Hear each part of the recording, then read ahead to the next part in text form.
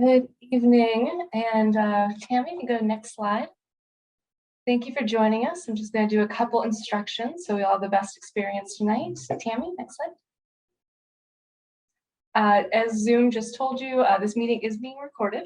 Your microphones are automatically muted, but we do want you to be able to engage with us this evening. To do that, we're going to use raising hands and the chat feature.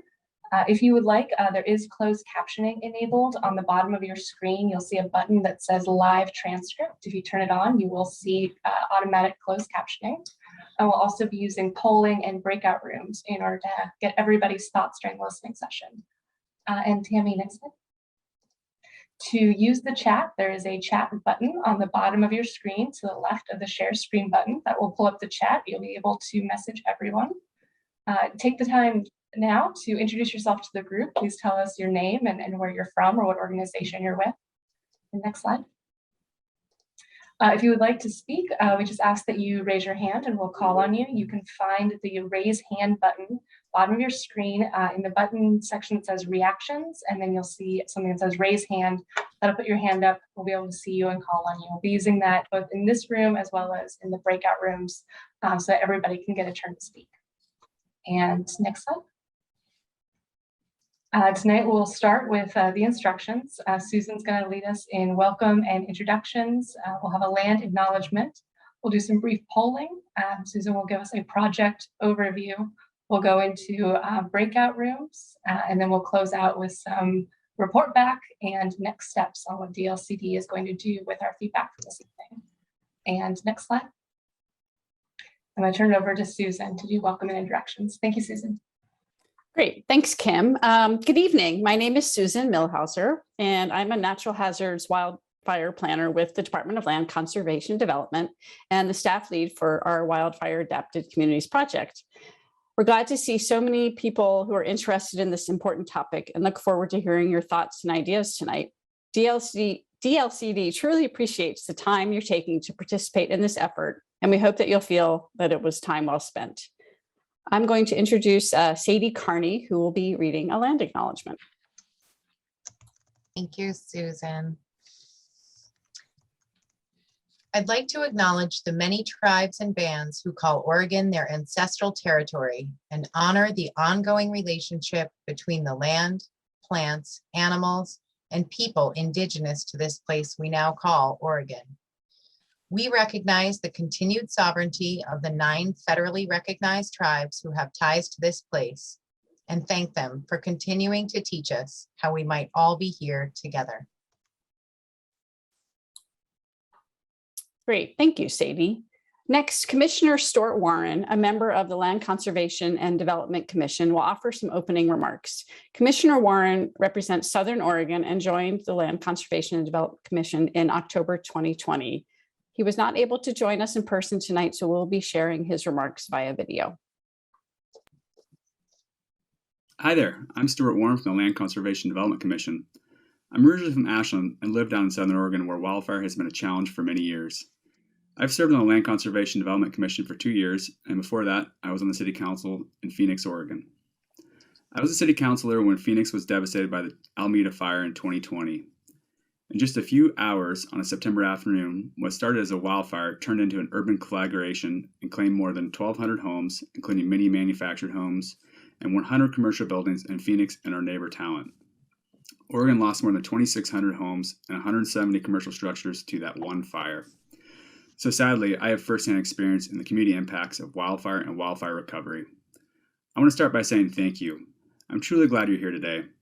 At DLCD, one of our biggest goals is to hear from all voices in a community in all areas of the state. Wildfire affects each and every Oregonian.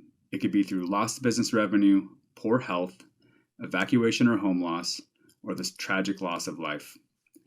You being here today and adding your voice and your views to this conversation will help us make strong recommendations about how we plan for wildfire and what we do to prepare for a future with wildfire. The results can make a real difference for Oregon. My hope is that together we can create wildfire adapted communities that are healthy and safe, where our homes are protected. Communities that are prepared and resilient to wildfire, places that we can all thrive. I'm sorry I can't be there in person today, but I wanted to be sure you knew I appreciate the time you are taking to participate in this process. Your views and your voice are so important. So thank you again and enjoy the rest of the meeting.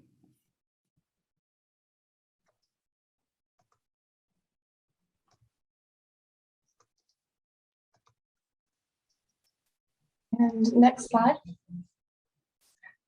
All right, we're going to do a little bit of participant polling. We'd like to get to know who is in the room this evening. So our first question, it's a pretty simple one. What part of Oregon do you live in? Where are you calling in today?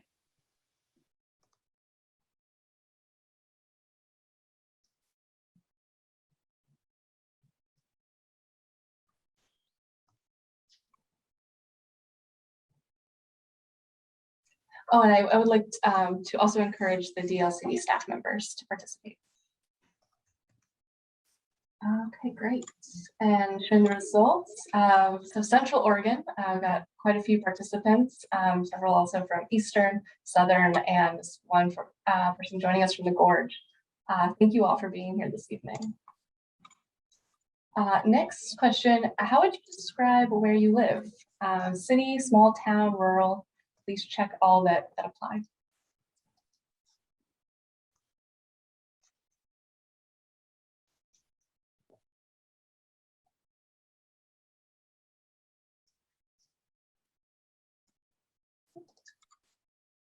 Looks like we've got a really good mix of folks from all over. Some in the city, a few small town. About half of our group is in rural Oregon.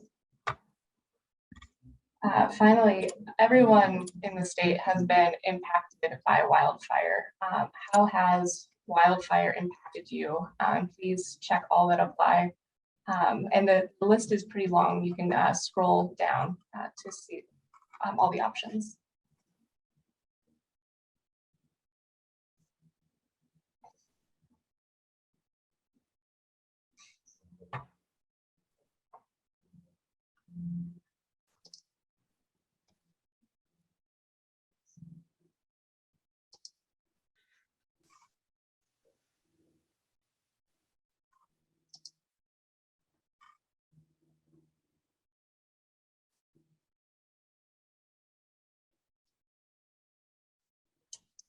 There's a lot to read, so I'm going to give folks a little bit more time.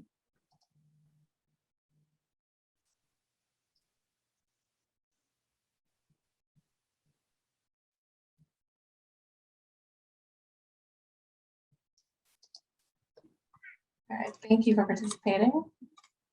Unsurprisingly, we've all been affected through air quality, living situation changes, some community impacted by structure loss, folks who know someone who lost their homes, and our greatest sympathies are with everyone who's been affected by wildfire impacts in the state.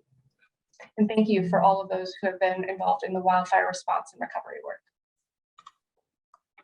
And that concludes our polling for this evening. Susan, I'll hand it back over to you. Great, thanks, Kim. So now I'm going to spend a few minutes sharing a project overview. If you have any questions, please put them in the chat and we can address them shortly. Next slide, please. Here's some information about DLCD. Our mission is to help communities and people plan for, protect, and improve the built and natural systems that provide a high quality of life. In partnership with community members like you all and local governments, we foster sustainable and vibrant communities and protect our natural resources legacy. Next slide, please. So DLCD's Wildfire Adapted Communities project is in response to Senate Bill 762, passed by the Oregon legislature in 2021. Senate Bill 762 is a comprehensive wildfire preparedness and resiliency bill that takes a proactive approach to help modernize and improve wildfire preparedness through three key strategies: creating fire-adapted communities, developing safe and effective response, and increasing the resiliency of Oregon's landscapes. DLCD's focus is primarily on the first item. Next slide, please.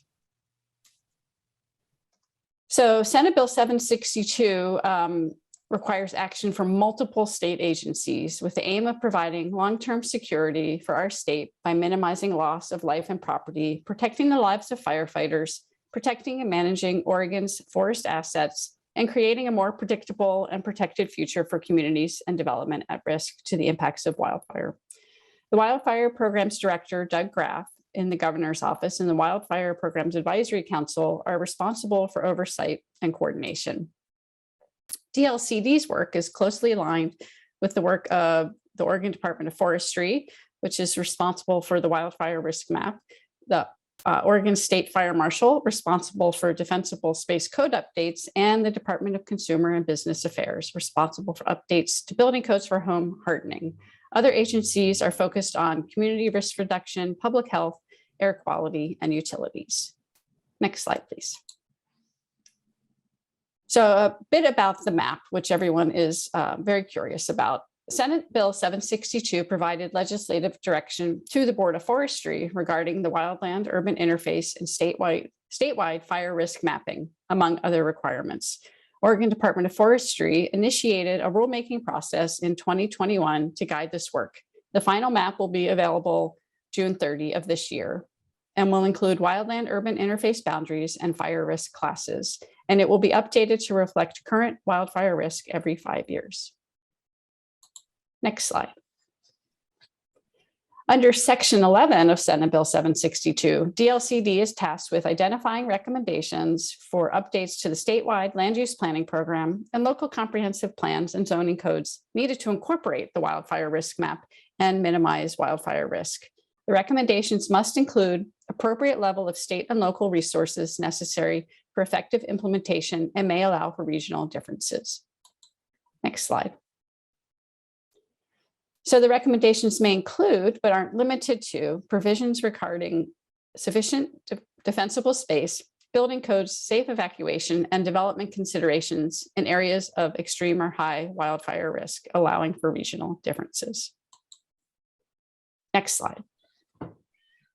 DLCD's report with our recommendations is due by October 1st to the Wildfire Programs Advisory Council and the legislature. The council may then advance refined or additional recommendations to the legislature. During the 2023 legislative session, the legislature, excuse me, may act to direct DLCD to undertake additional work. Next slide, please. The purpose of tonight's listening session is to get input from you all on how to address wildfire risk in state and local land use planning programs. Your ideas and feedback will inform our recommendations to the Wildfire Programs Advisory Council and the legislature. The listening sessions are part of a larger engagement process through which we're aiming for broad participation and to engage underserved Oregonians. We have multiple opportunities for involvement, including an online open house and survey and the formation of a stakeholder advisory group. We're also in consultation with tribal governments. Next slide, please. So here's a brief overview of wildfire trends in Oregon from Wildfire Programs Director Graff. As you can see, there's been a doubling of area burned over each of the past 3 decades. The trend is going in the wrong direction. Next slide, please. Also, the location of where wildfires have burned over the past 3 decades has expanded across much of the state, as shown on this and the following 2 maps.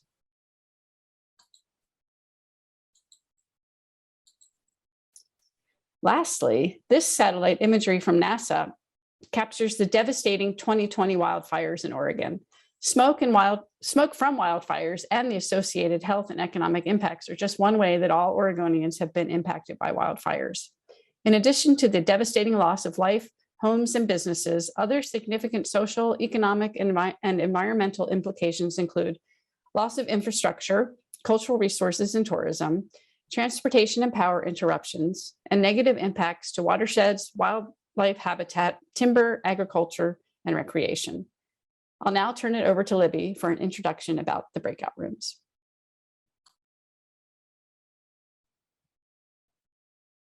Thanks, Susan. Next slide. So I just wanted to frame the discussion before we all head into the breakout rooms. Again, there are 2 questions that DLCD is considering. How do we protect what we have, and how do we plan for growth? Next slide. There are potential solution buckets, we're calling them, including statewide land use planning program updates, local comprehensive plan and zoning code updates, funding, research, partnership. I did want to say that we're looking tonight for all kinds of ideas. So they do not have to be in these potential solution buckets, but this is an area that DLCD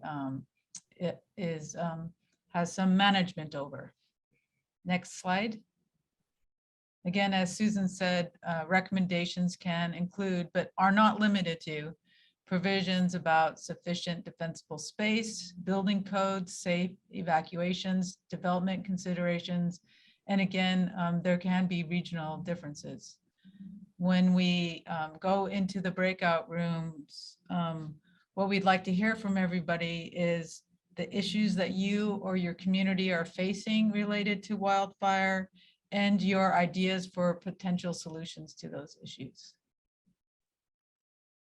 With that, I'll turn it over to Kim. This evening, we have two breakout rooms. One is for folks who are joining us from Central Oregon, which from the poll look like about half of the group. And the second room is for folks from Eastern and Southern Oregon and any folks who joined us from the Willamette Valley. The person joining us from the Gorge, please join whichever room that you feel is most appropriate. We'd like to have you in either one, whichever one you choose. I'm going to open the rooms and then you'll have the freedom to choose which one you would like. In order to choose a room, you're going to see a new button pop up in the bottom middle of your screen that says Breakout Rooms. It should be to the left of the Reactions button.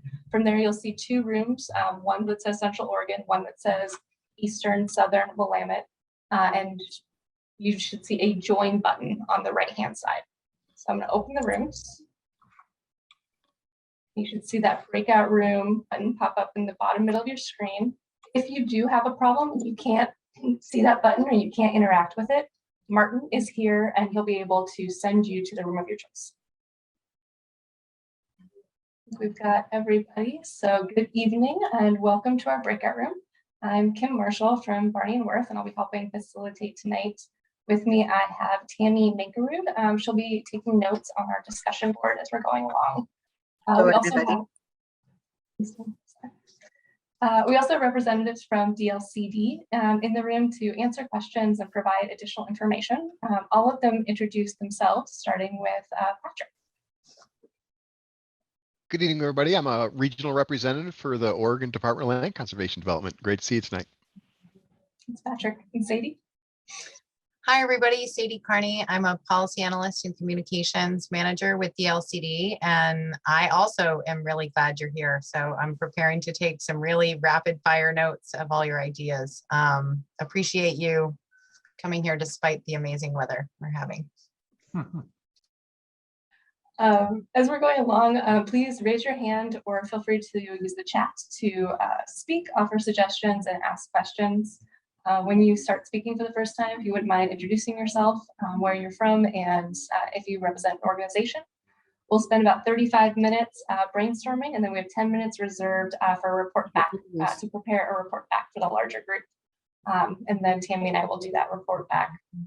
We are here to collect your ideas and suggestions about what issues you feel are most important and solutions that you think that we should be implementing against wildfire risk. See you now. So if anyone would like to get us started, otherwise I will ask Patrick for any suggestions.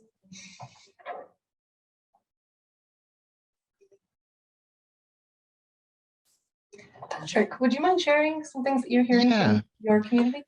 You bet. Something that immediately comes to mind is how we manage properties along the urban growth boundary. And we commonly will have properties that go up into forest zones, and somewhat counterintuitively, those areas oftentimes are rockier soils and are where, under Goal 14, the urbanization element of the statewide planning program, you might want to put housing or uses as opposed to on the valley floor, which is oftentimes exclusive farm use zoning. So the competing and conflicting issues along the urban growth boundary, I think is a good one that we can dig into, and something that I know is going to get better informed through this SB 762 implementation. Thank you, Patrick. Does anyone have, oh, yes, Damian, please. Good evening. Can you hear me okay? Yes. All right. Good evening, everybody. I'm Damian Cernick. I'm a senior planner with the City of Bend's Growth Management Division. I have a couple of suggestions in terms of, I appreciate what Patrick shared, but also want to add in evacuation routes. That's something that I know we've heard as a city with some of the planning we've done around the edge of our urban growth boundary, including our expansion areas, and coordinating that work with the county, because we do have, I know in Ben's case, a number of subdivisions and neighborhoods that are close to Bend, but they rely on a lot of the same arterials and collectors for evacuation. So I wanted to mention that. But also, you know, I think it would help with the work that cities and counties are going to do to, you know, look at goal 7, the natural hazards goal, and see, making sure that as we do this work that we're being consistent with goal 7, so that we've got not just a box checked, but that we've got a good framework that we're using as we're addressing wildfire and mitigating risk of wildfire in our planning. Damian, because you seem to know, would you mind giving a brief explanation of goal 7 for folks in the room who are planners? I will do my best. Goal 7 is the areas subject to natural hazards goal. The reason I'm a little more familiar with it is that we are looking to goal 7 for a master plan we're working on right now, and trying to think ahead about what best practices regarding wildfire we should be thinking about. So things like defensible space, evacuation, building materials, land use pattern. You know, and goal 7 doesn't have any kind of implementing administrative rules that help guide decision making and work. So I think this would be helpful to think about how, as this work is being implemented, how the planning for mitigating risk for wildfire, post-wildfire recovery, how that can be incorporated in rules or addressed in goal 7 itself. Thank you, Damian. And Kevin, please. Thank you very much. I'm fortunate, you're fortunate. We've got some folks from Versada Ranch here. We just recently reformed our wildfire protection committee, and Jim Barrett, Mike Wells, Marie Simovich, and I are very interested in all of this. But 3 or 4 things popped into mind for me. And the first one comes down to communication. I think that there is, I'll use this particular forum as an example. It's only by luck that I heard about this particular forum, an opportunity not only to learn, but to contribute. And so what can we do as a better job in communicating with people as we think about the things that are necessary for wildfire protection, whether it's defensible space, things along those lines. How can we get more people involved? I think folks want to do more. I think they would be interested in protecting their property, protecting their neighbors, etc. I don't know that they know how to get involved, where to get involved, etc. That's sort of the first one. The second one is we had a review yesterday, a couple of days ago, Crook County Fire Marshal, Department of Forestry, out of the Sisters Unit, the Primeville Unit, etc. And I think we've got a very different situation here in the Central Oregon area. On the west side, if you want to think about the fires we had a couple of years ago, you've got pines, you've got multiple day fires, etc. On the east side, over here, Powell Butte, that area, Fire Marshal said, Kevin, it's not going to be a multi-day fire, it's going to be a multi-hour fire. He said, it's going to move quickly. The brush that you've got is much different on the east side of the valley than you have on the west side. And so I don't know that necessarily one size fits all as we think about how these things work. I think we've got a very diverse environment here. And along those lines, as we talked about evacuation, one of the things that we talked about, again, as we're putting together our thinking about Firewise, et cetera, was you may need to think about sheltering in place as an example, as opposed to evacuation, clogging up arterials, roadways for first responders to get in, things along those lines can only create problems. And frankly, not that you're going to get people to actually pay attention and say, I want to leave, fine, go ahead. But some people might just say, where can I go that is safe? Where can I go to shelter for a few hours as necessary in case this is a fast moving fire, as opposed to how do I get out and away? There may not be time to do that. It may not be appropriate, et cetera. So those are the first three things that sort of popped into my mind. Thank you for sharing, Kevin. Appreciate you being here tonight. And Joanne, please. Hello, everyone. My name is Joanne Mina. I work with the Interfaith Movement for Immigrant Justice. I am a community organizer statewide, but I am based out of Deschutes County in Bend. So I pick Central Oregon as a place dear to my heart. Some of the issues regarding wildfire mitigation that I am seeing at the grassroots level are tense relationships between renters and mobile home park owners. And sometimes kind of passing the ball on responsibility to the tenant. Talking about communication, as Kevin mentioned, in order for folks to evacuate, we have to make sure that people are receiving alarm messages, right? Whether it's through call, text, social media, in a language that is accessible to them.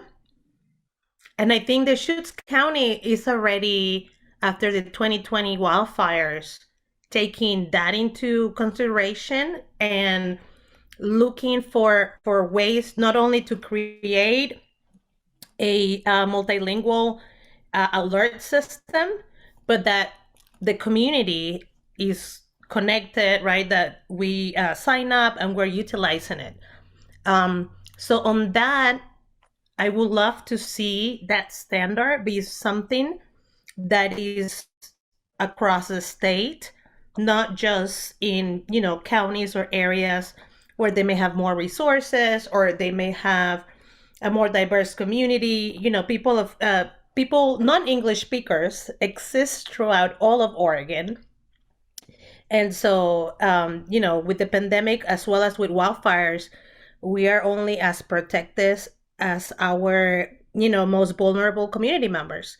So making sure that people have the resources, not only to educate themselves about the new changing climate and now the higher risk factors of all that, but also knowing what role they have in their community, right? We all have responsibilities when it comes to wildfires. So I think some messaging about collective buy-in will be valuable, and in multiple languages, again, in multiple languages and in the mainstream platforms, right? So that we normalize multiculturalism, because in an emergency, everyone is to be safe. So, and then lastly, I don't know if this is connected, but well, there's two things.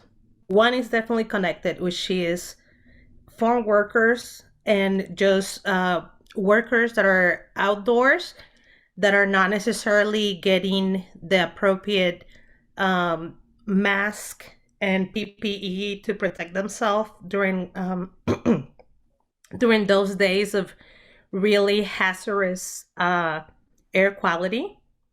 I know that OSHA puts some regulations regarding heat, but not smoke fire. So that's a follow-up that needs to be done, I think. And then the other thing where I'm not sure if it falls into this or not, but it's a concern in the community, is right, drought causes a wildfire. So this dynamic of drought and wildfire, the community is feeling it in tangent. And, folks are seeing the pressure of losing farming jobs because of the drought. So this comes then into the part of solutions and implementations that I don't see yet, but I hope we will see one day, is a robust investment into new industries and also up our industries. If our farming industry is to survive in Central Oregon, we have to modernize our systems to use far, far less water. And that will not come if we don't have the investment and the vision from the state to make that transition happen. Thank you, Joanne, for being here, for sharing your issues that you're seeing in your communities and the solutions that you think are necessary. And Jody, please. Good evening. I'm Jody Barham. I'm the co-coordinator for Oregon Living with Fire. So I cover Crook, Deschutes, Jefferson, and the northern part of Klamath County, implementing the cohesive strategy here. When I'm not doing that, I'm also a public information officer on an incident management team. So I get to live wildfire year round.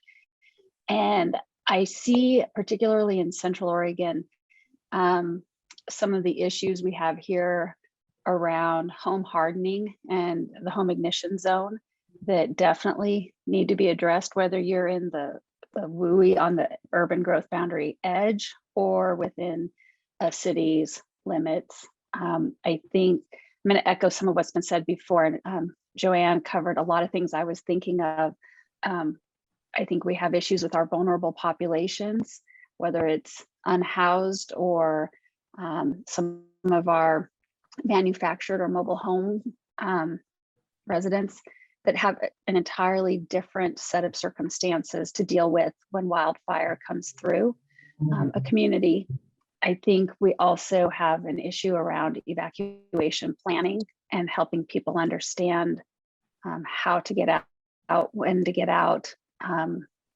And then I would say that the fourth issue that I see is around some of the landscape resiliency and land management, which we're fortunate here. We have 2 forest collaboratives going, but I think one of the solutions that I am often promoting is the use of more prescribed fire on our landscape, more treatment, so that when wildfire occurs, we're better able to deal with it, to manage it and to protect our communities. So from the state level, if we could have some changes to the policies around the use of prescribed fire to get more of it on our landscape, I would advocate for that.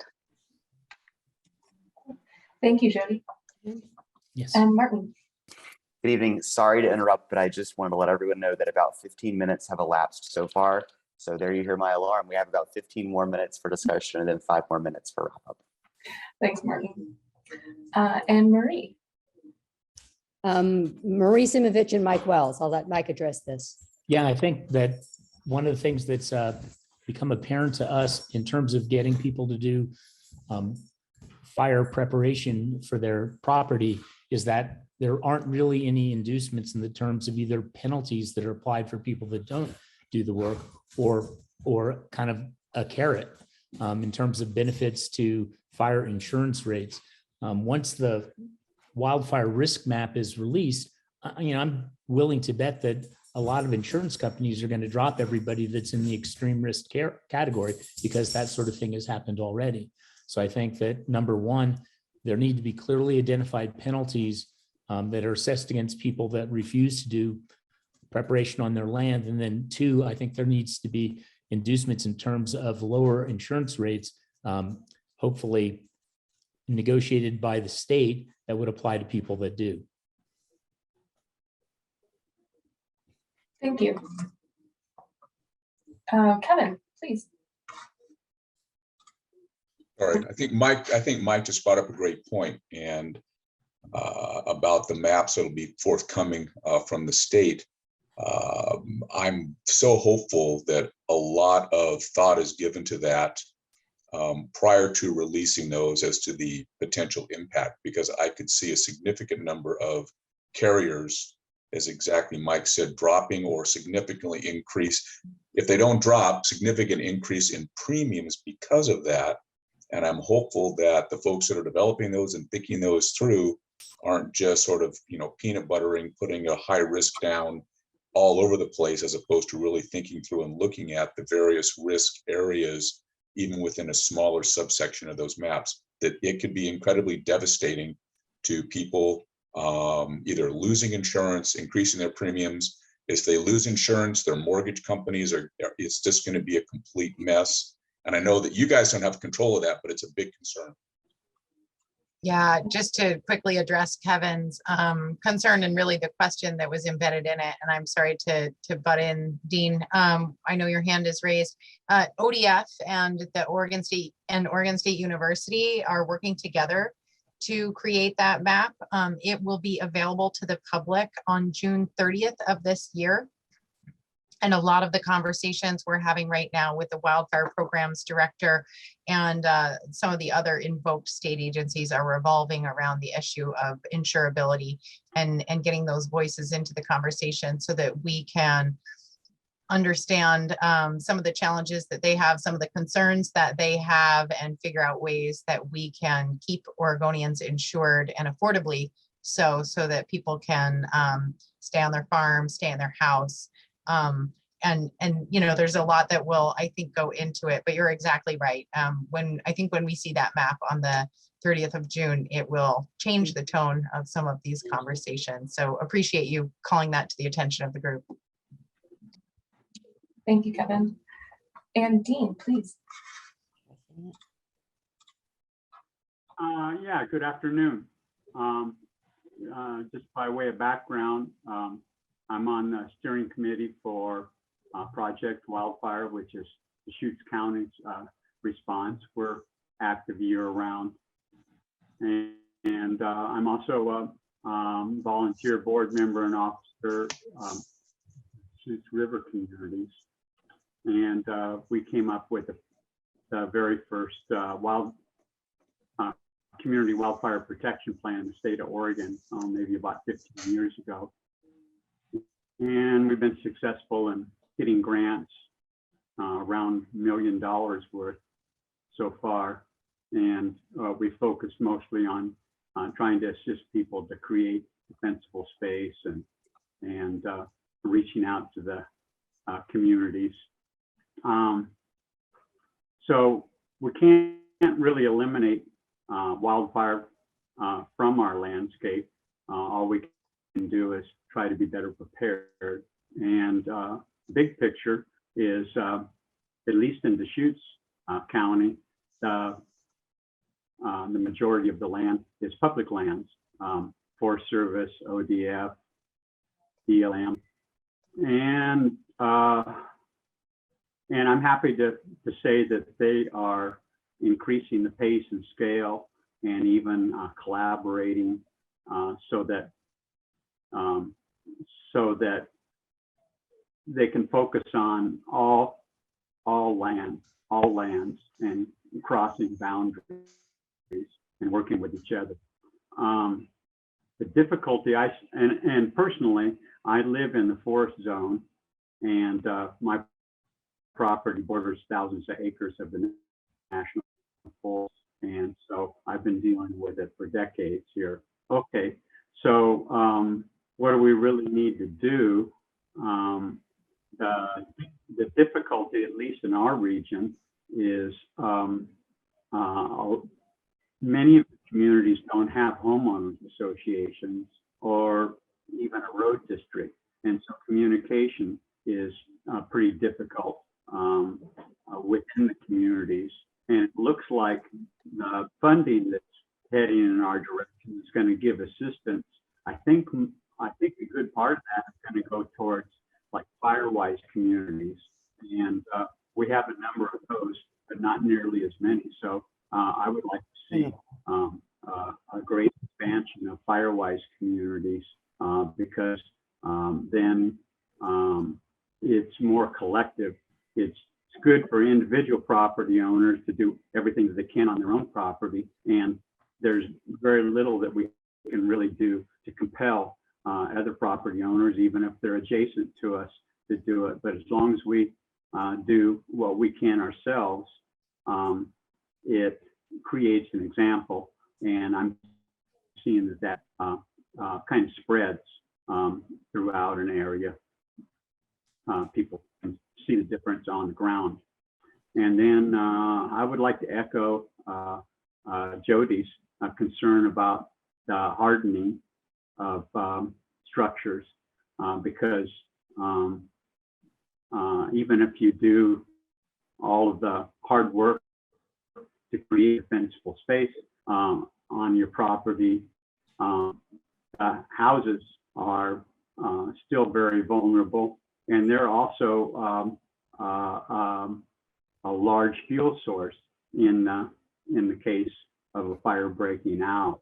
And so I think that more effort needs to be made to help people understand what they can do to harden their homes against ember intrusion from wind-driven wildfires, and to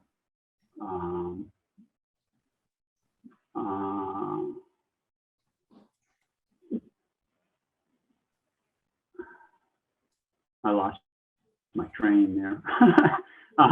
So yeah, home hardening is really important, and also I think I would pose it as a question: what can we do to get traction in the communities that don't have organization, so that they can get assistance that they need? Thank you. If you have organizations. Thank you, Dean. And Kevin, please. I want to follow up on and clarify something. So I mentioned communication earlier, and I think the person that spoke after me was talking about how do you get emergency communications out to people, and that's incredibly important, whether it's Crook, Deschutes, Jefferson, whatever county, or texting, call, reverse 911, all of that. I want to come back. What mine was focused on was more along the lines of communication, to let people know what's available, to educate themselves, to fundamentally understand what resources are available, human resources. As an example, would the Crook County Fire Marshal come out to my place and take a look around and go, okay, I think you've done a good job on defensible from 0 to 5. Frankly, you're a little off on the 5 to 30, and talk about hardening. Is that a resource? I'm just use that as an example. There's lots of great booklets about fire resistant plants, but I don't know that people in general know how to get access to all of this great information.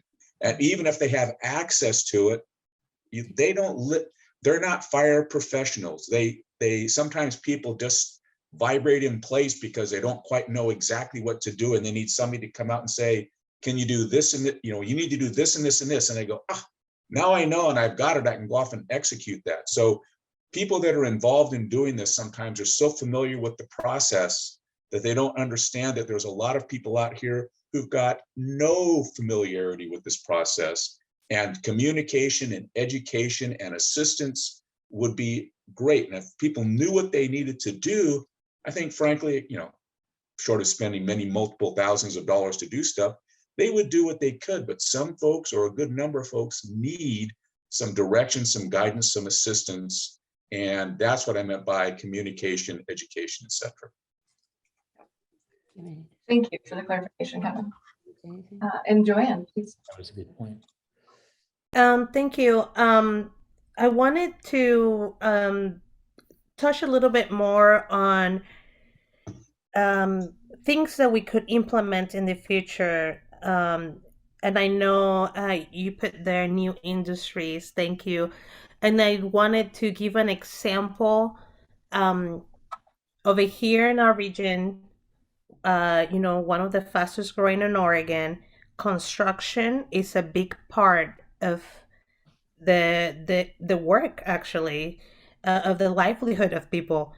However, we continue to still build homes with 2x4s, and simultaneously we see a lot of hemp being grown in Oregon. So why are we not switching to hempcrete, right? To other industries that are fire resistant, that are renewable, that hold heat and cold, right? That are good with thermal barrier, because it just doesn't seem sustainable to continue to use the same materials when now our climate is much more flammable all around. And then one last point on when we think about outreach, whether it's from a fire marshal or a sheriff or anyone involved with the government for that matter, I think that we have to be mindful of the vulnerabilities of different communities. Not everyone has the privilege of engaging in a conversation with somebody they perceive to be an official and feel comfortable asserting their rights. And unfortunately, we can also see that individuals' bias can even be play a role, right? So I think it's important to have an equity lens when we think about the communities we want to serve. And also, I will encourage to stay away from punitive ways of engaging the community and focus more on education and reward, right? Financial incentive, so the homeowners and just folks living, not even just homeowners, but anyone living in Oregon, right, can feel the benefits of being fire prepared. Thank you. Thank you, Joanne. And Jody, please. Yeah, I just wanted to add, one of the things I'm excited about from Senate Bill 762 is the increased capacity for our Conservation Corps to get out and help communities. So I would encourage longer range thinking as funding is coming through various sources right now to different budgets and programs. How are we going to sustain that long term? And so building that capacity, because even if you have funding for a program, you need the people to implement it.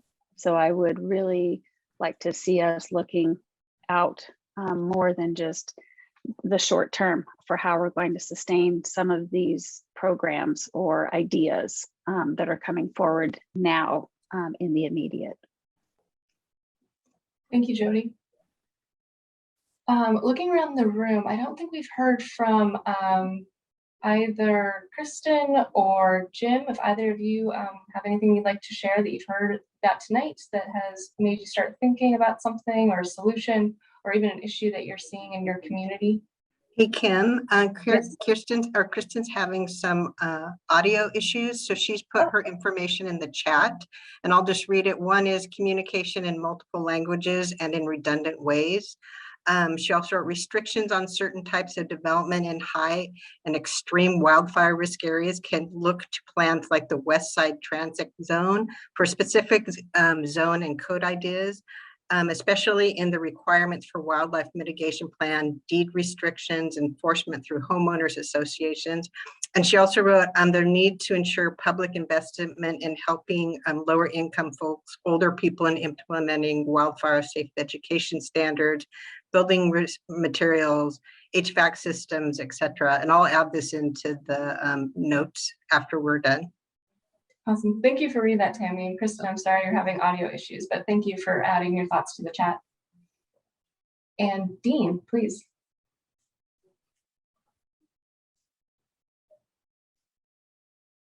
Oh, Dean, if you are speaking, you're muted. Yeah, sorry. I thought of a couple more things to bring up. One is the building codes that are in the works will surely be helpful, but that's going to be focused on new construction. And we already have thousands of people that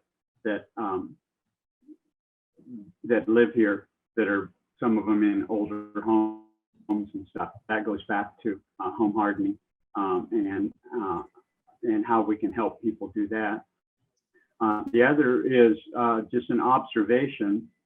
Out of all the different programs to assist people with, say, defensible space, I think the most successful one has been chipping programs, where people can sign up and they do sweat equity, removing brush, small diameter trees, limbing up trees, that sort of thing, to create defensible space. And they get it out to the road. They sign up. In this area, the county has helped us a lot. I don't know if they're going to be continuing, but I think that's the most bang for the buck. If people can get the material out to the road and they're on a list, and chipping crew can come by and take care of the slash and flammable material. It really can create a big difference. And I've seen whole communities really participate in something like that, and it's pretty dramatic how it can change their wildfire vulnerabilities. Thank you. Thank you, Dean. And Martin. I've come back, so that means it's a note about time. We have about 5 more minutes left, so now is probably the time to begin wrapping up the discussion. Thanks for coming by, Martin. Thank you. So in the last 5 minutes, when we go back to the main room, I'm going to give a report out on what we've discussed this evening. And so what I'd like to hear from anyone who'd like to volunteer is, of all the topics that we discussed, what do you think is the #1 most important solution that be implemented going forward? And feel free to jump right in.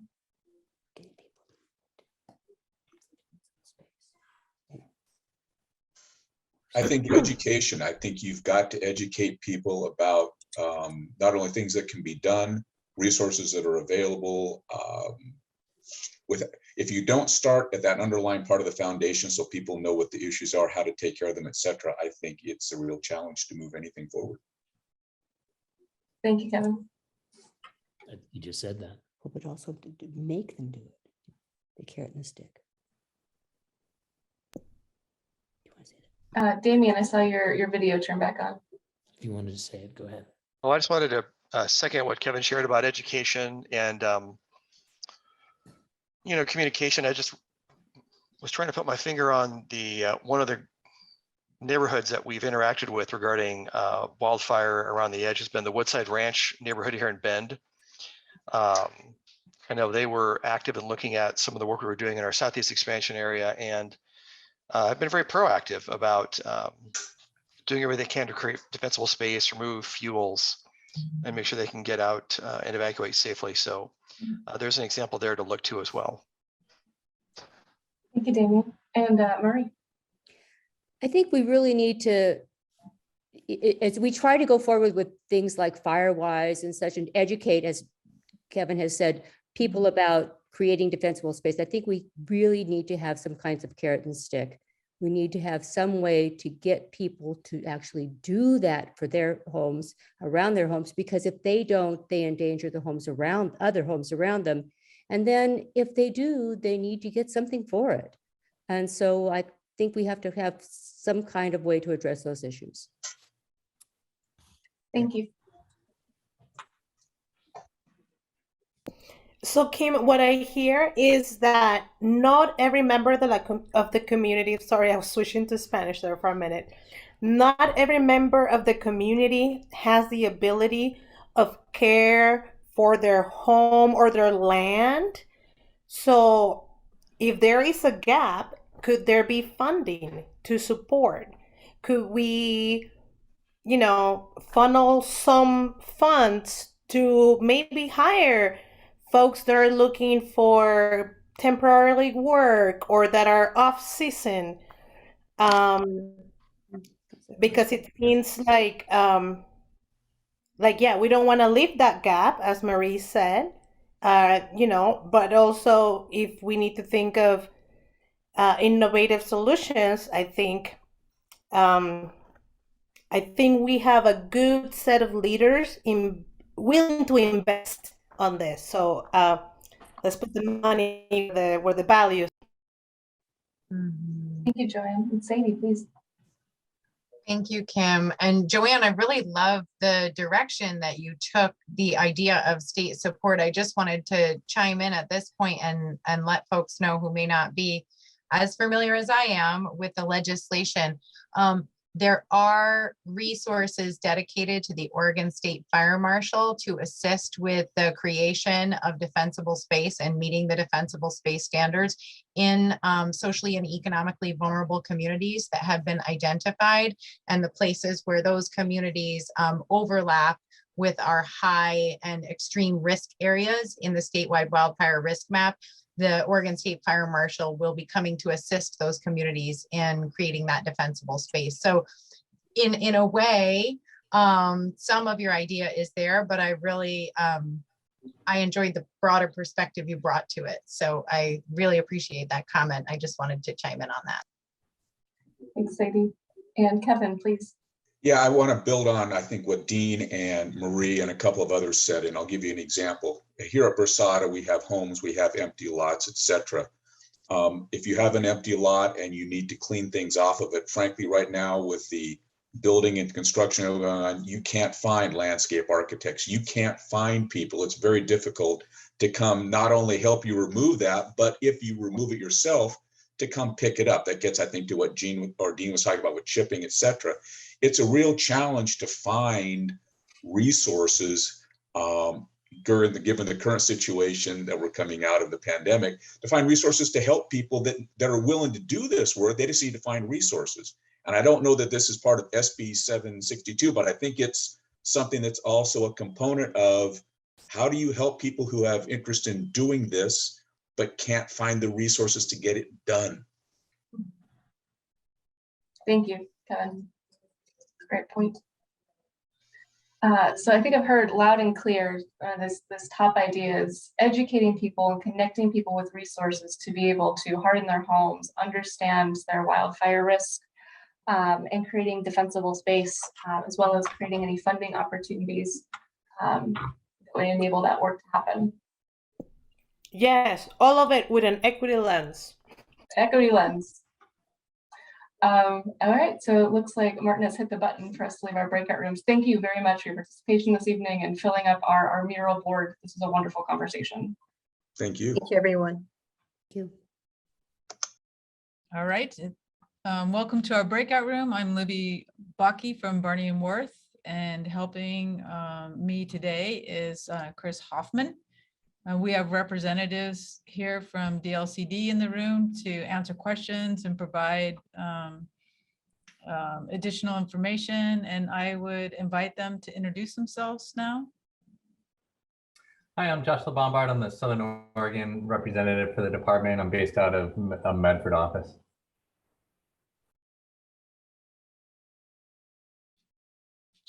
Thank you, Josh. I think we're a small enough group that if you have a question or we're talking, we can be a bit informal, which is great. But to get in the queue, if you want to raise your hand, or also if you have an idea while somebody else is talking, you can use the chat to provide additional comments or new comments. So hands up and chat, but looking forward to a good discussion tonight. We have 35 minutes for brainstorming in the breakout room, and then 10 minutes are reserved to report back to the larger group. I will be doing the report back for this group to the larger group, but that right before we break to go back to the larger group, I'll be consulting with you all to find out what the most important things you want us to report back to the larger group are. So are there any questions, or should we get started? All right. So what issues do you feel are most important when considering wildlife risk? And we'd like to hear from you about issues from your community or issues that you are having. And then if you have ideas for solutions, follow up with that for sure. But it's okay if we just collect the issues as well. And Josh is here, and Susan, hi Susan, who can help us with the discussion tonight. So would anybody like to go first?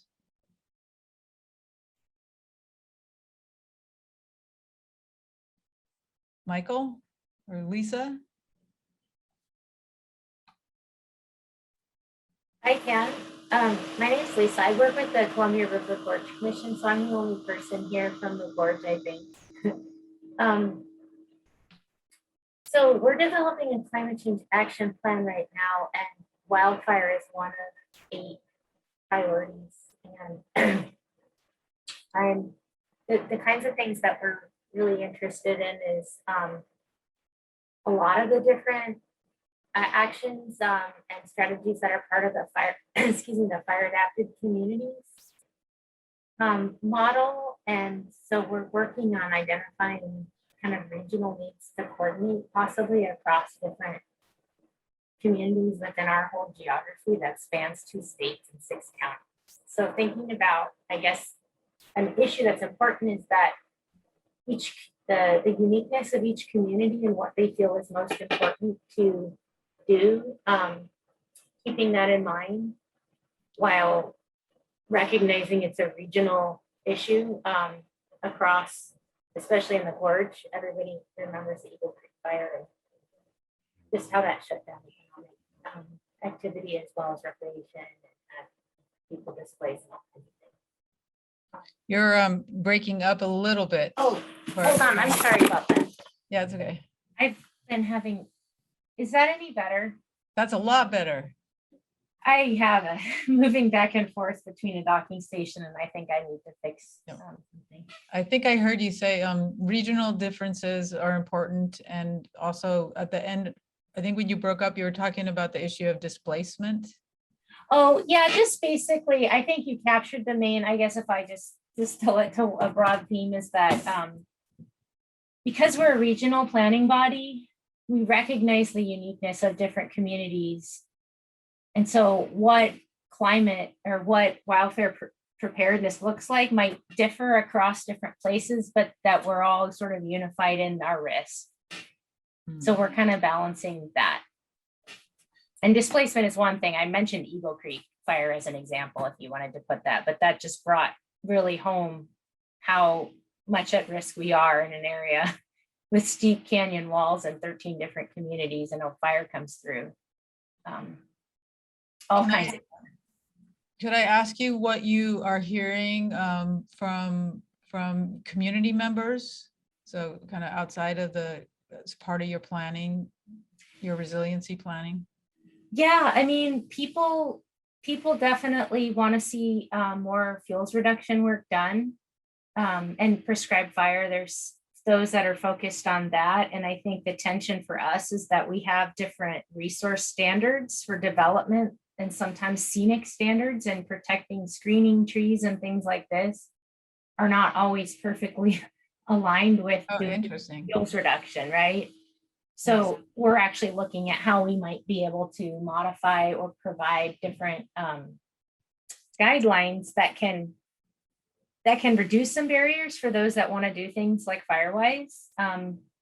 Because we also have a policy to encourage Firewise, and yet we need people to be balancing that with resource protection. So that's kind of the balance that we're exploring with people, how to remove barriers while still protecting the values that we have to protect in a national scenic area.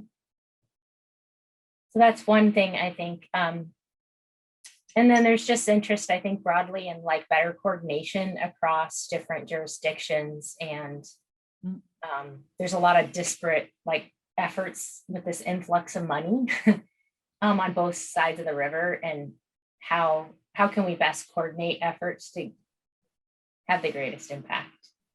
Yeah. The need for coordination. Thank you. Oh, Michael, thank you. Sure, thank you. Yeah. Hey, everyone. Yeah. I You work want- with a Firewise group in Wallowa County. Hmm. And I've been, part of this for several years now and trying to educate myself and learn everything I can. And it seems that it's not, I mean, it's very complicated, but at the same time, it's quite simple. People, fires get ignited, homes get ignited by firebrands and spreading flames. And so, it's a matter of hardening the homes, of removing flammable materials in direct contact with the home, protecting it from the firebrands, reducing fuel loads, creating defensible space. I mean, the tools that we have available are limited, and they can be overridden by weather and wind and things like that. So they're not foolproof. It seems that the real challenge in working with a community is how to motivate folks to implement changes in behavior and taking actions. I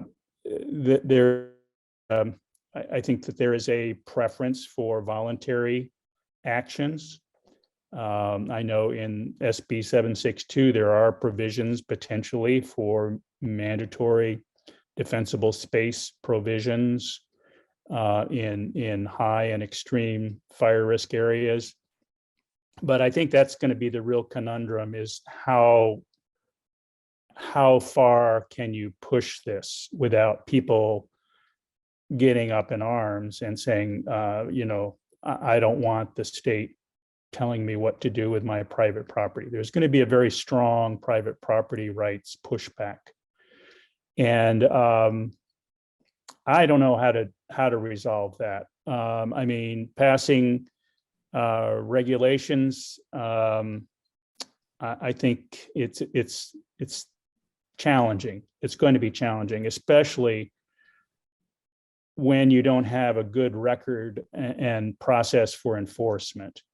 And so I think it's going to continue to be challenging. I think, we're trying to work on incentives as much as possible. We were fortunate to get one of the Firewise grants, and we have been able to engage a bunch of new people that haven't been engaged before through that. People like the idea of getting some, they look at it as tree work, around their house. It's fuels reduction.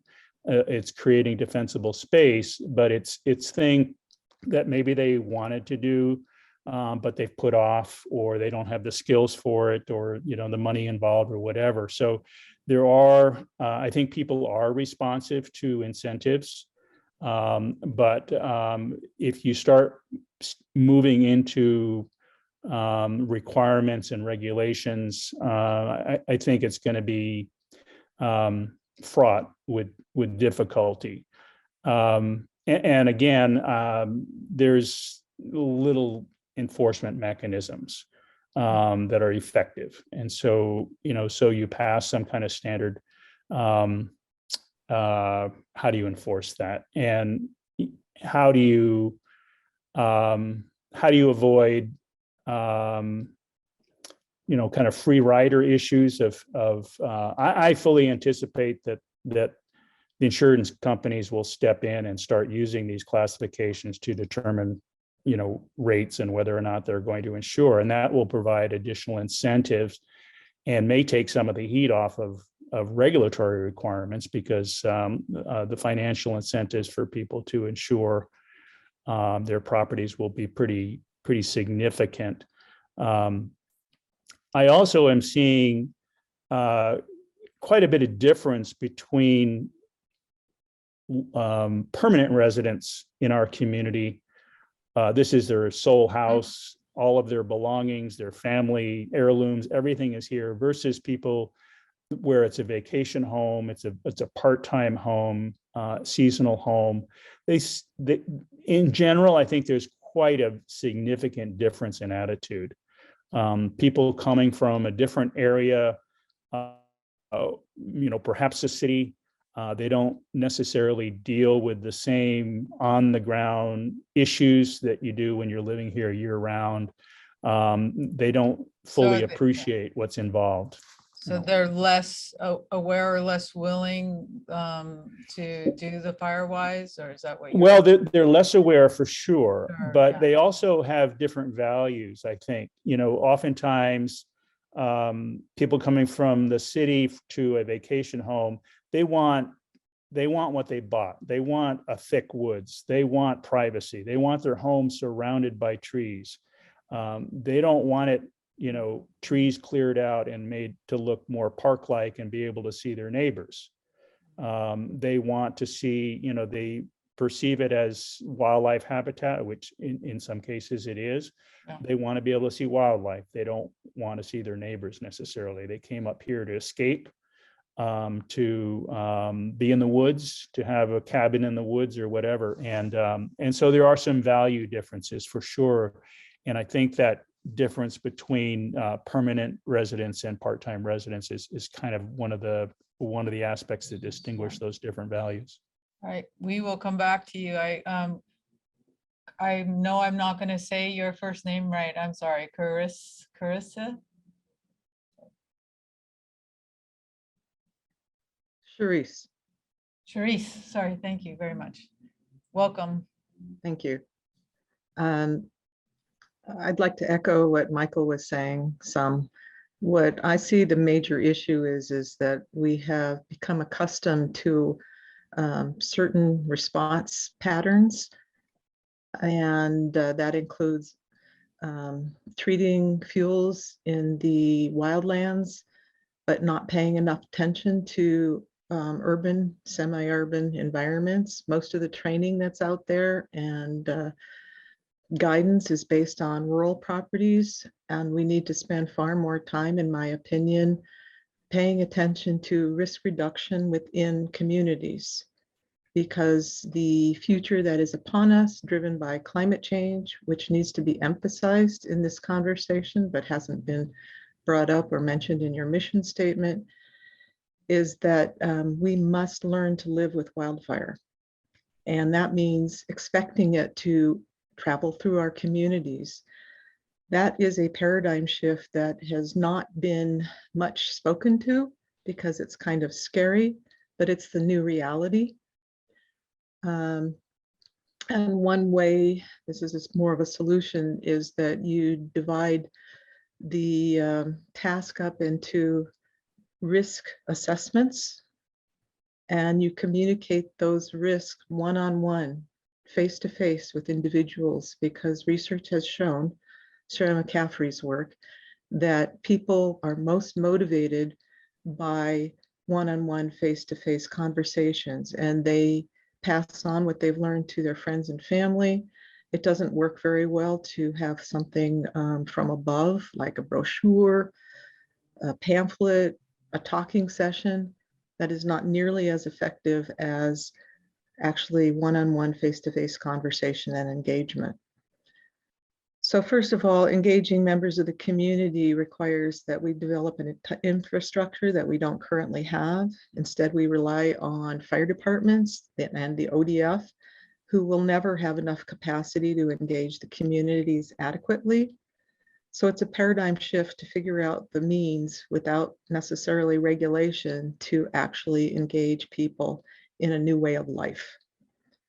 That new way of life can be, I'm sorry, am I speaking too fast? No, I think you're good. And plus, we are recording this, and so we will go back and fix our notes, and we're listening. And I'm also on the steering group, so I can provide more input later. Oh, great, thank you. I know the risk in the wildlands. I was personally responsible for 35 years on risk reduction in wildland environments, but I have come to the conclusion that while that investment has a place, we should significantly transfer our efforts, money, resource, and attention to what you're calling the wildland urban interface. And language is partly the problem because a wildland urban interface can occur in New York City. It's any place where vegetation, nature interfaces with people and homes. So it's an out-of-date term, just like defensible space is. It's really what we're talking about is fire-adapted landscaping. And I don't think there's anybody who lives in a place that has got no vegetation. So we all live in the wildland urban interface, and directing resources that include education and risk reduction resources, like educating landscapers and homeowners on what is suitable to have in their living environment outside their home, is where we need to put more of the money. And I don't see that reflected in SB 762. So much is being invested in building up the capacity to do wildland treatments, when the treatments, unless they are extremely targeted to protecting urban semi-urban areas, will not go far enough in time. That's Could you give us an example of a solution within a community, like a community solution versus? Sure. I was co-founder of the Ashland Wildfire Risk Assessment Program. We're a group of volunteers that essentially have multiplied the capacity of the fire department to educate and interface with homeowners by 6 times. And that was just the first season. We're hoping to expand that significantly.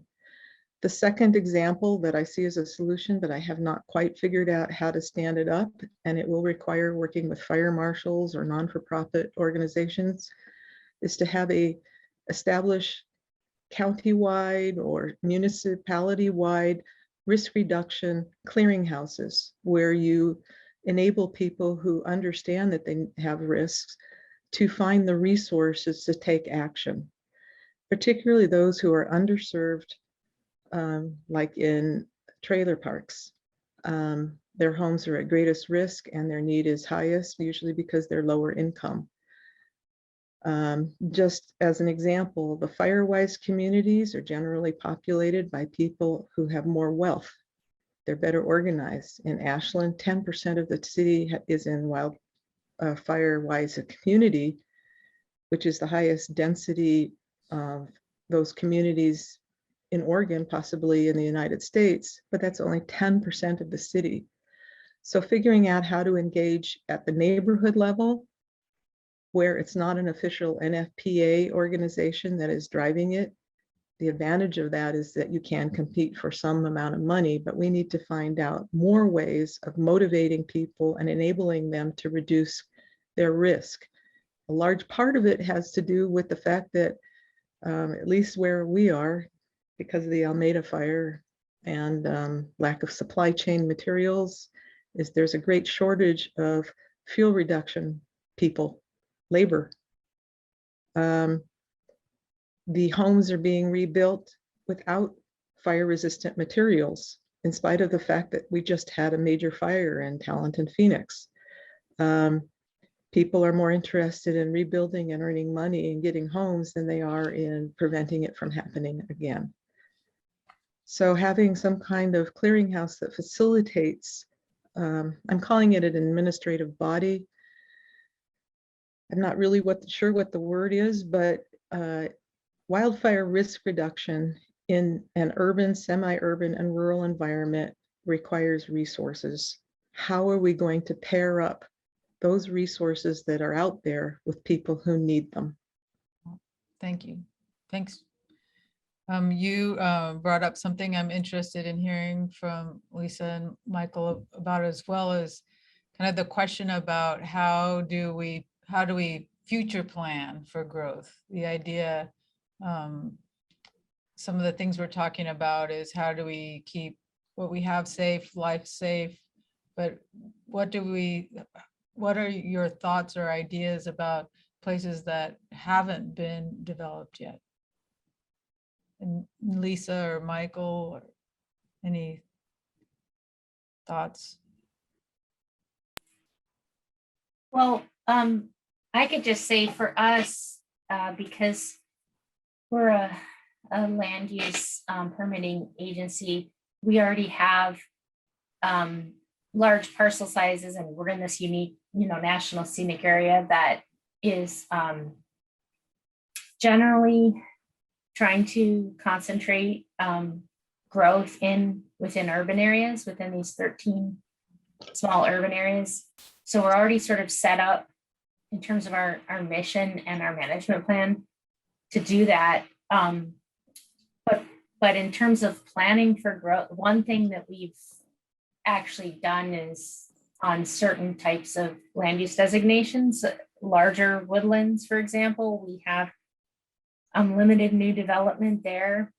Those were always kind of intended to be for timber production anyway, so it wasn't a huge shift, but it did protect a little bit. I think it's a really hard ongoing question for us in the gorge, because people want to be here, and we're trying to encourage that growth within urban areas, and there's not a lot of developable land within those urban areas often, or the cost is too great to even live there.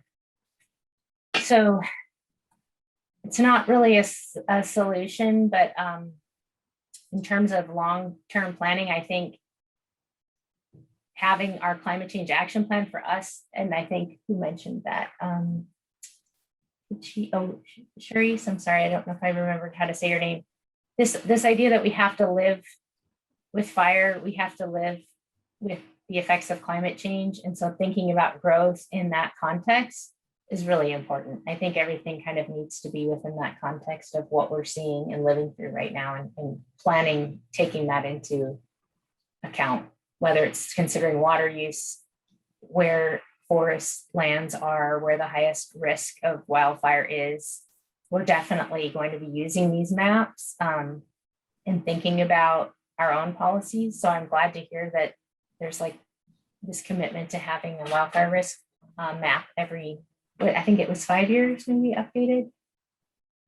One need I would see is like trying to have, for us, different states be able to talk, that the data and the mapping they're doing can talk to each other.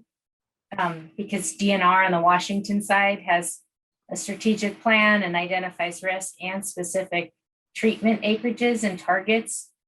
And in Oregon, at least 5 years ago or so, there wasn't an analogous thing. I think that they're developing something right now, but that's important, I think, too, both for planning and then also for tracking progress. And we have like agreed upon ways to measure this progress across 2 states and across different jurisdictions. It's helpful in telling the story, and it's also helpful in securing funding. I think so. That was kind of a lot of different things. Oh, that's great. Thank you. How do you want this to work? Do you want people to react to each other or just raise hands? Oh, yeah. I mean, I think there's small enough. I mean, please, if you have something you'd like to add, please go ahead. It's just if you're waiting, you could put your hand up. So, but right. Informal is fine. Yep. Well, one of the things that I know is I'm working with trying to integrate Interra data, which is the wildfire risk data that is going to be integrated to the hazard maps, to dispatch resources, et cetera, that the Keno Fire Department or Fire District originally developed. And I think it's grossly inadequate to actually reflect the needs of communities. And I also have been trying to work with Oregon Explorer. The data is not very helpful, and I think we tell people that we're going to be able to have these geospatially defined response tools, but if the internal data is inadequate to reflect the real risk, you've got a problem. And that real risk, as I think it was Lisa said, must integrate projected climate change scenarios and not business as usual. with the same values that we've always had. Thank you. I just wanted to clarify, so it's the fire risk map that you think will need to evolve more? See the data that's in the background, Yeah, I know has problems. thank you. Michael?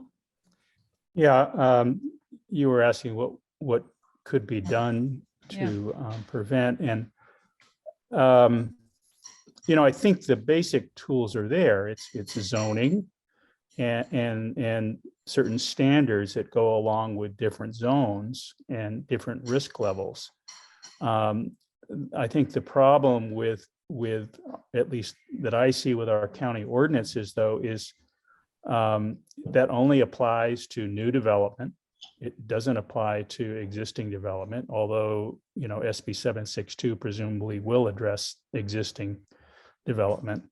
And usually that the implementation of the permitting goes through a planning commission, which is very political, not necessarily terribly informed, and they make a lot of variances and there's no enforcement. And so it's a real challenge when you're hitting, so little of the existing infrastructure, because you're talking about new development. And then you don't have very effective enforcement mechanisms.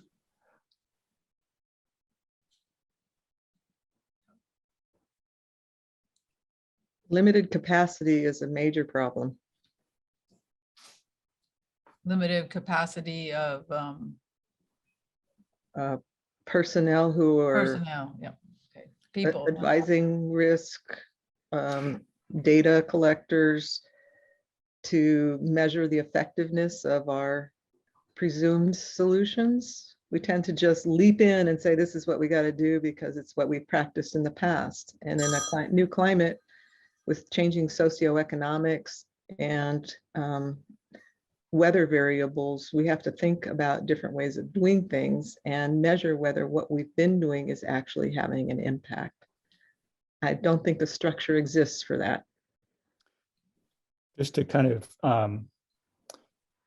piggyback on that, our wildfire reduction risk efforts up here in Wallowa County were largely initiated by ODF, and they're foresters, and so they were looking at fuels, and certainly that's a big piece of it, but there's less expertise and appreciation and understanding and focus on the immediate surrounding environment of the house. Yes. And the homeowner's behavior. So that would include, construction materials, but also, do they store firewood on their porch? Do they let debris collect underneath their deck? I mean, those are behaviors that, for the most part, ODF it's kind of out of their realm, and it's not clear whose realm it's in. And also, most of the forensic research is that firebrands are, up to 80–90% of the cause of home ignitions. And so that implies that you've got to really work on that homeowner behavior and the home structure itself, in addition to fuels reduction. And there just seems to be a gap in that. With ODF in the lead, the focus is on fuels reduction and rather than the home structure in the immediate environment. That's exactly what I was trying to say. ODF being in the lead means that a majority of the funds are going to go in a direction that doesn't necessarily help the communities that are embedded in these areas, because ODF has no authority or jurisdiction in those communities. We need more capacity in terms of fire adapted communities coordinators placed in towns and counties. Very few departments have those resources dedicated to do exactly what Michael was describing. Does anybody have a fire adapted coordinator, or is that? We do. You do? Okay. That's great. I believe that Deschutes County does too, and Okay. they will be participating in our stakeholder group. Okay, great. Susan or Josh, any questions or thoughts on what we've heard so far? Josh? Well, I have a lot of questions and thoughts, but I'll kind of keep it pretty simple here. I guess I have a question for Sharice. You haven't mentioned the Ashland Forest Resiliency Project. That seems to be a pretty interesting relationship, amongst, multiple different parties. You've got Lomakatsi, you've got the city of Ashland, you've got the Nature Conservancy and Forest Service. I'm just kind of be curious, and they're doing a lot of, ecologically, or what they say is ecologically sensitive thinning, in the Ashland watershed, which is, really right on the outskirts of the city. So I'm curious what your thoughts are about that, and whether you see that as an example that's worth, replicating throughout the state. If the funding is pretty much going to be predominantly invested in that wildland area, it's a good model. I think it has problems. I go to every single one of the Forest Land Commission meetings, and I happen to have had a career in that field and did prescribed burning myself. And I know they're struggling with the concept of climate change and how to change their practices. And frankly, I don't think they're necessarily going in the right direction. But if that was said out loud, I might get in trouble. But I'm hoping for the best. One thing that is really important to recognize is if you overemphasize a project like that at the head of the watershed, you still are not addressing necessarily the full risk of the community. That project is designed to protect water, the water quality, the watershed in the event of a major fire. It is not necessarily meant to stop a fire from coming through the community. So it's really important to not over promise solutions from one tool or approach. And that's kind of what I see with the emphasis on the Ashland Forest Resiliency Project.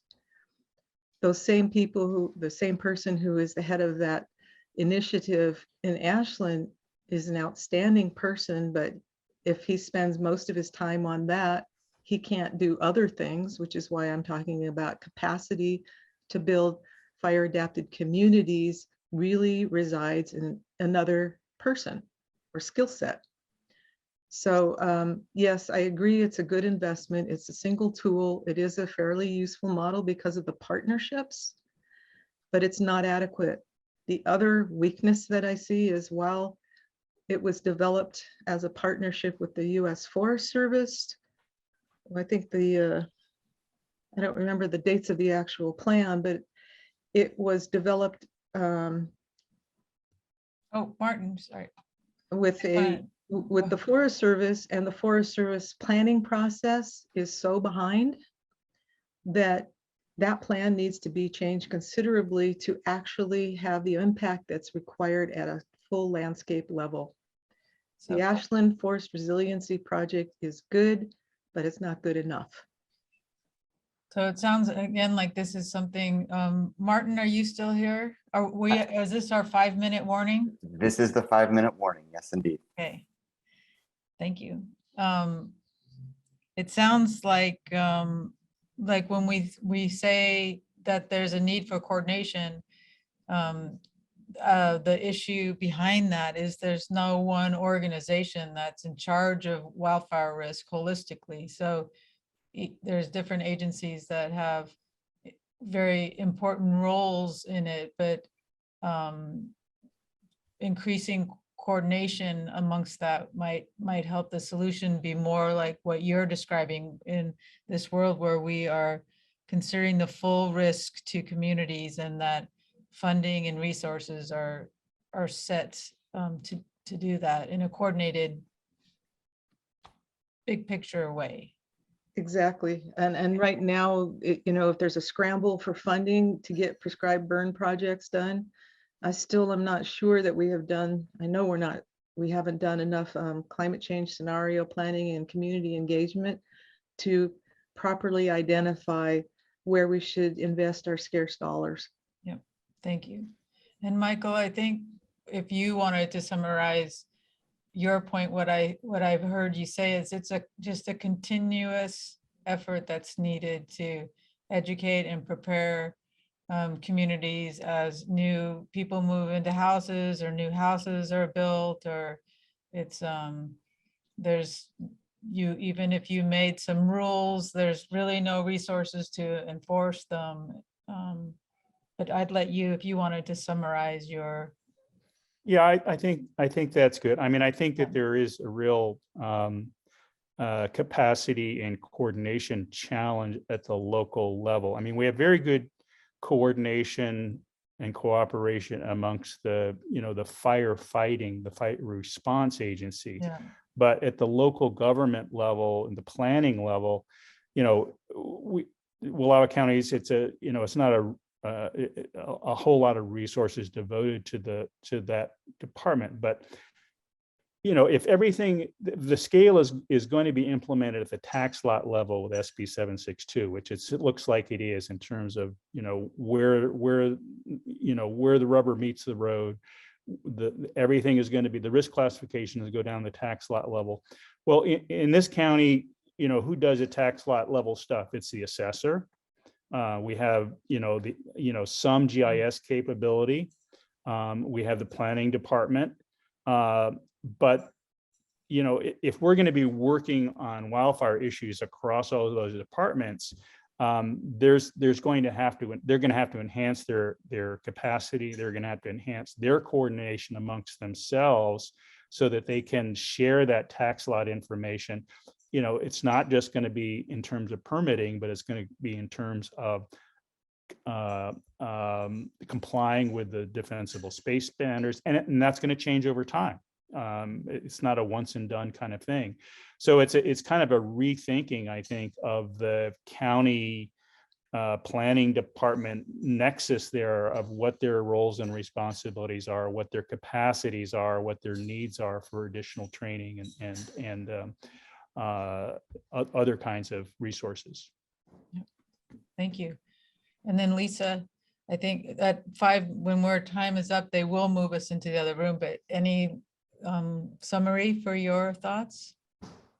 I heard you say really need to look at this in a view of climate change and specific regional solutions that are needed. I liked your idea too. You talked about it's not just coordinating within Oregon, but 2 states, as the Columbia Gorge look there, it's just right across the river. The fire jumps that river. I think we're going to throw us out, but anything that you thought I missed?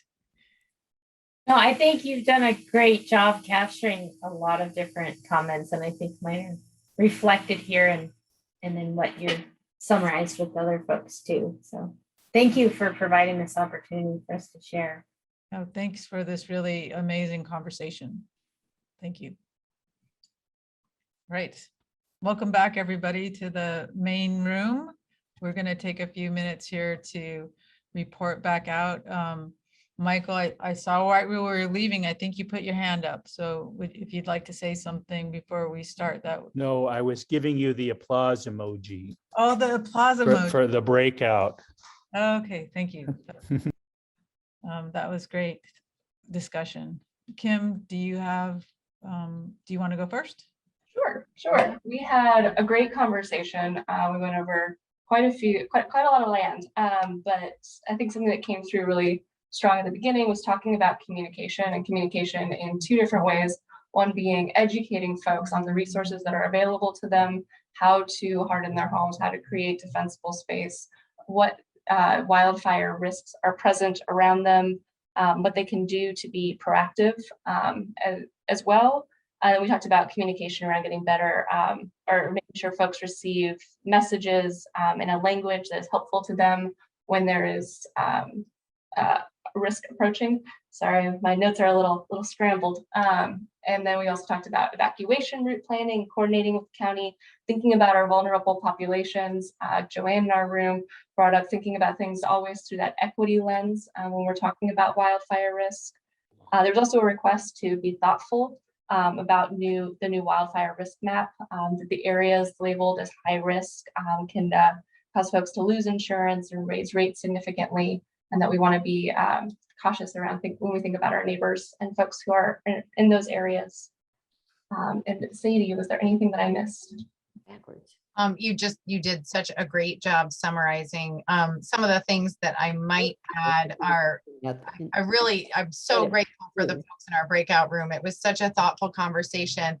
And there were times when we went from the short and even the medium range planning to really a long-term view and talked about things like development of new industry areas that would support building materials for better fire hardened homes, but also about the need to create a sustainable funding platform to keep this work going, and not just the money to sort of land on the ground, but the people to do the work. And I, as a state employee, I really appreciate that perspective. But I also think it's important at a local level. You know, we can't capitalize on the investments we make without having people to help us do that work.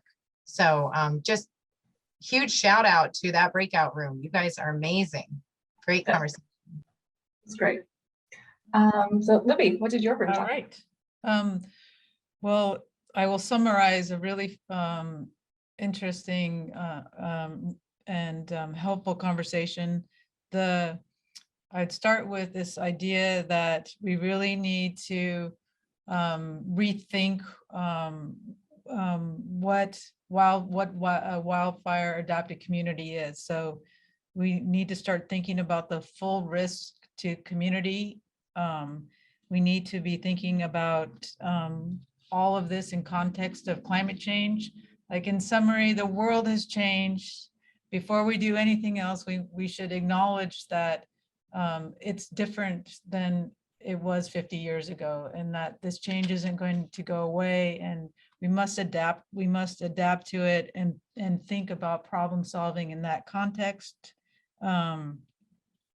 Also, that how important it is for coordination to be in place, that it's not just for coordinating projects, but the solution needs to be holistic. And so there's lots of organizations that have a piece of this, but they're not working together. The solutions aren't jointly planned. And also there's capacity issues. If this issue comes down to a parcel level, then you need to be thinking about who is actually in a government role to be looking at parcel by parcel. So homeowners come and go. There's not a lot of enforcement. So very challenging coordination issues. Again, the theme came up about the solutions needing to be regional in nature. Another thing we have not heard yet is this idea about coordinating with Washington State, the Columbia Gorge. It's just the Columbia River. So fires jump over rivers. You know, what can we do to, it might be a possibility of better funding for those.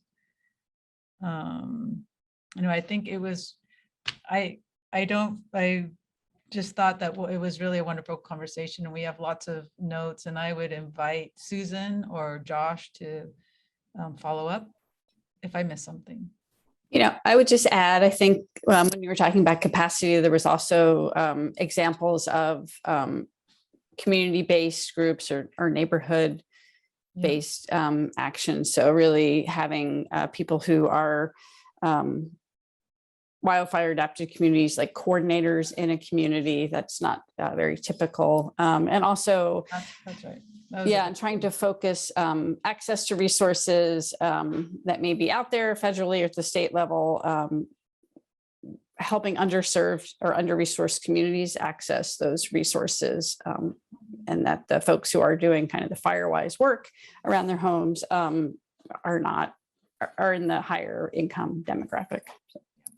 Yeah, and I should have summarized, when you think about the wildland interface, that interface is like a definition that needs to be changed, because the interface is everywhere now. The world has changed, so it's in the communities. It's not just someplace far out in the wilderness. So.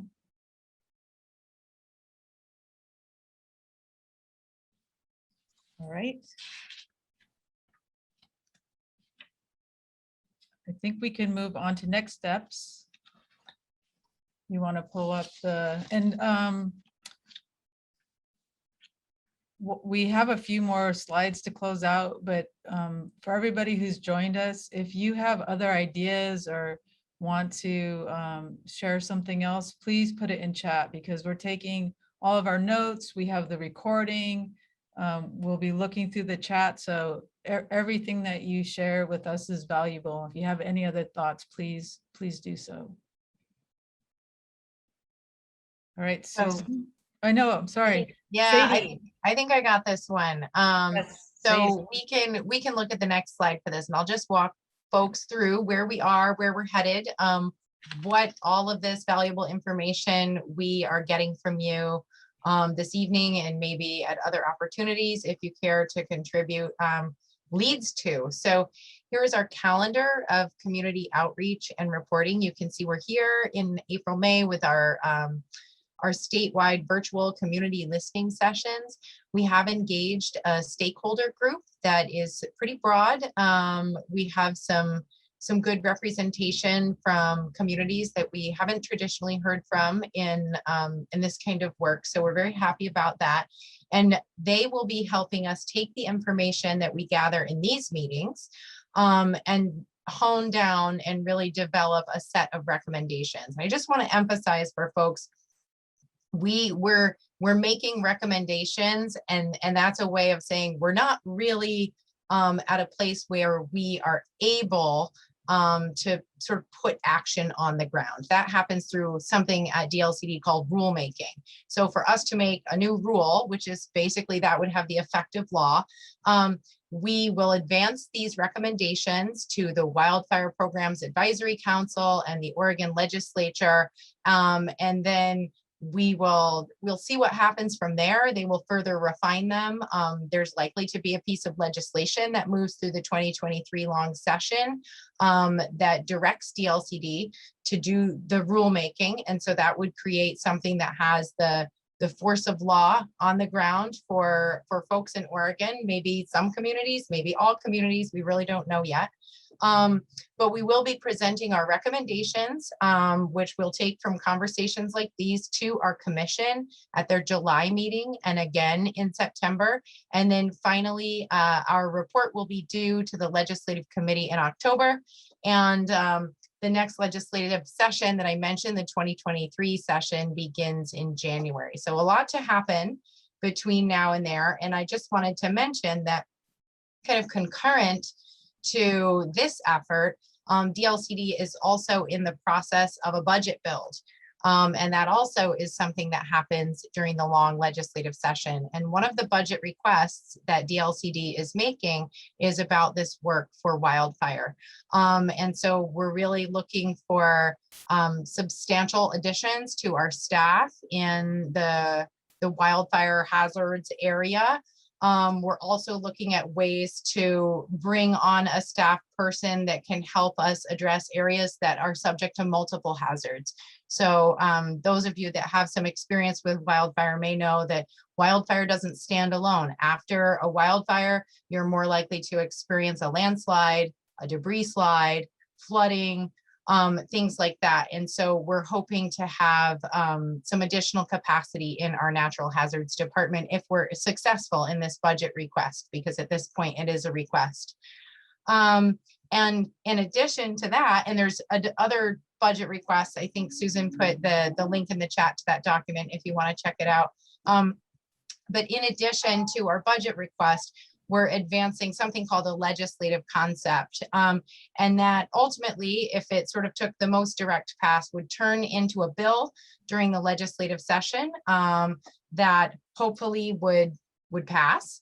And then it would direct DLCD to do things on the ground, you know, for example, rulemaking or creating guidance documents or, you know, allocating grant funding to local communities to do this work. There's a lot of things that could happen in the space of that legislation. At this point, because we're so early in our process, our LC, our legislative concept, is a placeholder. So it's pretty much blank, but we expect as we move forward towards the legislative session and then further on in the legislative session itself, we'll see significant amendments. So that was a lot and probably very fast for folks that maybe are hearing some of this stuff for the first time. So apologies about that. Any questions about this process, our budget build process, next steps? I think I saw some questions in the chat, Susan. I don't know if you want to address those. Sure. Yeah. And I see the question from Maria. Thank you about Brasada Ranch being included in the stakeholder group meetings. And actually, if we want to go to the next slide, please. So thank you, Sadie. Wrapping up, I want to note that everyone who signs up for the listening sessions will receive an email with a link to the survey as well as the online open house. So please, you have an opportunity to share additional comments there. For the stakeholder group meetings, those will be open to the public and we'll have an opportunity for public comment at all of those meetings. And I would recommend, if you're not already signed up for our email notices through GovDelivery, that will be the best way to know when those meetings are happening and when we post the material on our website. And I just put a link to our website, and you would get project notices about those meetings. Yeah. Susan, you have two questions. Damian? Thank you. Real quick, so we can wrap up. On the draft report going to the commission in July, is that going to be an item where the commission will accept public comments on the report to get feedback? Okay, yeah. Thank you. And then Michael? The POPs, those are currently in the works as budget requests. Is that how that works?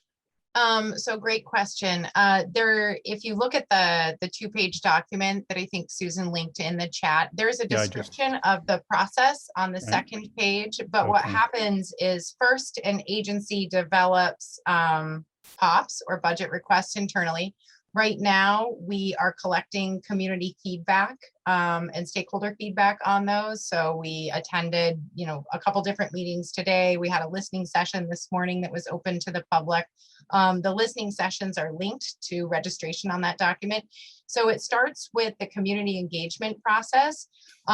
When we have finished that and used our community engagement process to inform and update what we think needs to be in the different budget request items, then we will include those in what's called an agency request budget. Just to back up a little bit, what kinds of feedback would be helpful to you? Is it like the scale of the budget, the relative priorities amongst them? What kinds of things are you looking for that would be helpful in your request to the legislature? Really good question. We are open to all kinds of feedback from this doesn't look like enough money to I hope you will, let's think in terms of wildfire, because this conversation, I hope that DLCD will prioritize the most at-risk communities first in their grants allocation. Or I know that communities need more help with GIS mapping, or you know what I mean, stuff like that. Or we really take all shades and shapes of feedback. So would appreciate your comments, and feel free to email those comments into Emma Land, who I think is linked on that.